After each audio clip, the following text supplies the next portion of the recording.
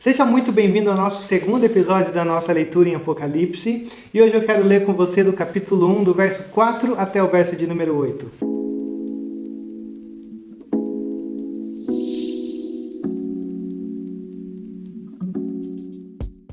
Quando você olha para as cartas que você tem no Novo Testamento, geralmente você vai notar que cada carta tem uma abertura. Nessa abertura o autor começa a se identificar, nessa abertura o autor expressa algumas orações a respeito do que ele espera da igreja, e geralmente você tem o autor descrevendo algumas coisas sobre Deus, sobre a obra de Cristo, pela qual ele já quer conduzir a mente da igreja a se aprofundar naquilo que ele vai dizer na pessoa de Cristo. E quando você olha para Apocalipse não é diferente. Quando João escreve essa carta, João ele está começando com uma abertura bem longa para mostrar algumas coisas para aqueles que leriam essa carta. E o que é fantástico do nosso texto de hoje é que João vai expressar ou ele vai explorar algumas coisas bem profundas a respeito do Pai, do Filho e do Espírito Santo, para já encher o nosso coração com aquilo que ele vai começar a trazer lá na frente. Então, por exemplo, veja que João ele já começa dizendo: João às 7 igrejas da província da Ásia, a vocês graça e paz, ou seja, a vocês a força da graça e o estado de paz. Ora, para uma igreja perseguida ou uma igreja que está em dúvida se deve ou não continuar com Jesus, João já expressa duas coisas fantásticas.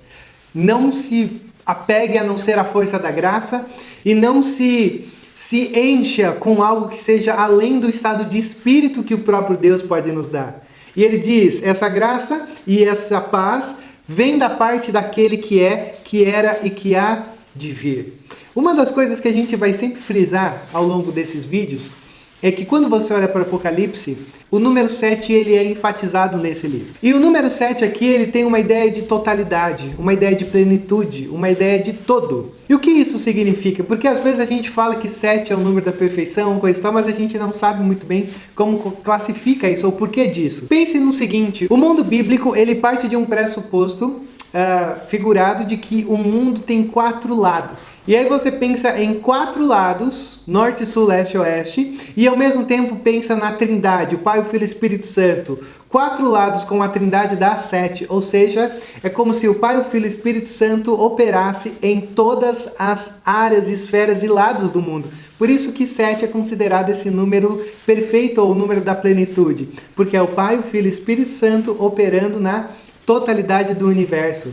E aqui você tem essa referência a 7 igrejas, que mais para frente a gente vai ver, mas 7 igrejas porque é uma carta escrita para a totalidade das igrejas. Não é só uma carta para 7 igrejas que você vai ver lá no capítulo 2 e 3, mas é para todas as igrejas, inclusive para nossa, inclusive para nós que estamos aqui diante dessa carta. Só que aqui ele já começa com uma expressão de Deus que você não pode passar despercebido. Aquele que é, que era e que há de vir. E aí ele já começa dizendo, eu estou aqui para falar para vocês sobre aquele que conduz a história.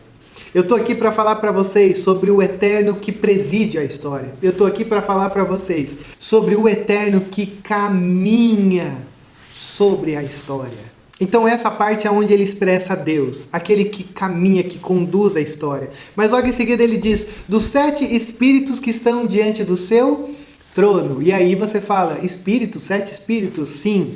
Nada mais é do que a plenitude do agir do Espírito Santo. Agora ele parte para a figura do Espírito Santo. Começa com Deus, agora é Espírito Santo. Ele diz, você está diante do Espírito Santo que tem uma plenitude, tem uma totalidade para agir da maneira que ele quer e na necessidade que você sente. Então ele está dizendo, o Espírito Santo está disponível de uma maneira plena para você. Mas ele continua, e aí ele expressa quem? E de Jesus Cristo, que é a testemunha fiel, o primogênito dentre os mortos e o soberano dos reis da terra. Ele apresenta Jesus, aquele que é a grande verdade, o testemunho fiel, aquele que ressurgiu dos mortos e aquele que é o verdadeiro rei sobre todos os reis. Ora, num tempo onde os imperadores eram temidos e os grandes reis poderosos da terra, e muitos até mesmo usavam o próprio nome Cristos para dizer o enviado de Deus, é fantástico Jesus dizer, eu sou o verdadeiro rei. Esses reis não são nada comparado comigo. Então consegue ver aonde João quer chegar? João já abre o seu texto dizendo, olhem para o Pai, para o Filho e para o Espírito Santo, porque eles são aqueles que o nosso olhar tem que estar enraizado. E ele continua, ele que nos ama, está falando de Jesus Cristo, e nos libertou dos nossos pecados por meio do seu sangue e nos constituiu reino e sacerdotes para servir a seu Deus e Pai. A Ele sejam a glória e o poder para todo sempre. Amém. Verso 7. E eis que ele vem com as nuvens e todo olho verá, até mesmo aqueles que o traspassaram, e todos os povos da terra se lamentarão por causa dele. Assim será. Amém. Quando você olha para esses 3 versos, você tem que notar uma coisa muito importante aqui. Primeiro, o verso 5 diz, aquele que nos ama, aquele que nos liberta e aquele que nos faz um reino. E aí o verso 7 ele diz, e ele vai de voltar. Então nós aguardamos isso. Ele fez uma obra e ele fará uma obra. E no meio do ele fez e ele fará, o que a gente tem? Um louvor, ou aquilo que a gente chama de uma doxologia. Uma confissão que envolve oração, mas que envolve adoração e envolve esse louvor. Então João, na abertura da carta, quando ele começa a expressar o que Deus fez em Cristo Jesus e o Cristo que irá retornar, João não se aguenta e João começa a adorar. João começa a louvar, porque quando ele se encontra com essa imagem do sangue de Cristo e da volta de Cristo, isso impulsiona o seu coração a adorar, logo no começo da sua carta. Então uma das grandes lições que Apocalipse sempre vai nos dizer é: comece a aquecer a sua voz. Porque você vai cantar muito nesse livro, você vai cantar com anjos, anciãos, você vai cantar com a igreja, você vai ter canções de lamento, você vai ter canções de louvor, canção no céu, música na terra. O livro de Apocalipse é um livro repleto de canções. E por quê? Que é um livro de canções num contexto dramático, num contexto tenso, num momento de tanto sofrimento para a igreja. Porque ele diz assim no verso 8, eu sou o Alfa e o Ômega, diz o Senhor Deus. O que é, o que era e o que há de vir, o Todo-Poderoso. Ora, como é que nós podemos cantar a canção mesmo vivendo no momento em que nós vivemos? Porque Ele é o início e o fim, o primeiro e o último, o Todo-Poderoso. E o que isso significa? Fixe os seus olhos nesse Deus que conduz a história, que trilha a história, que dita a história. Fixe o seu olhar nesse Deus, porque mesmo que você se encontre em lágrimas, você consegue cantar a canção do Apocalipse.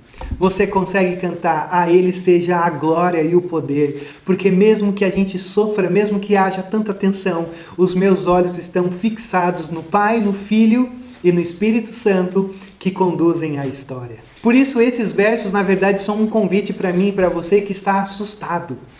Nós que estamos assustados com o cotidiano, com as notícias, com o que está acontecendo, esses versos estão nos convidando para olhar para a história e dizer, nós não estamos sozinhos. Aquele que começou e aquele que terminar, ele está escrevendo essa história. Mesmo que tudo pareça estar desmoronando, e às vezes nem pareça, mas está desmoronando, ele olha e diz, eu estou presente. Então, mesmo que não pareça, a boa notícia desses versos é que o Eterno tocou a nossa história. E não apenas tocou, mas tem conduzido essa história. E o seu caminho é um caminho que sempre nos carrega a experiência dessa eternidade, junto com o Eterno.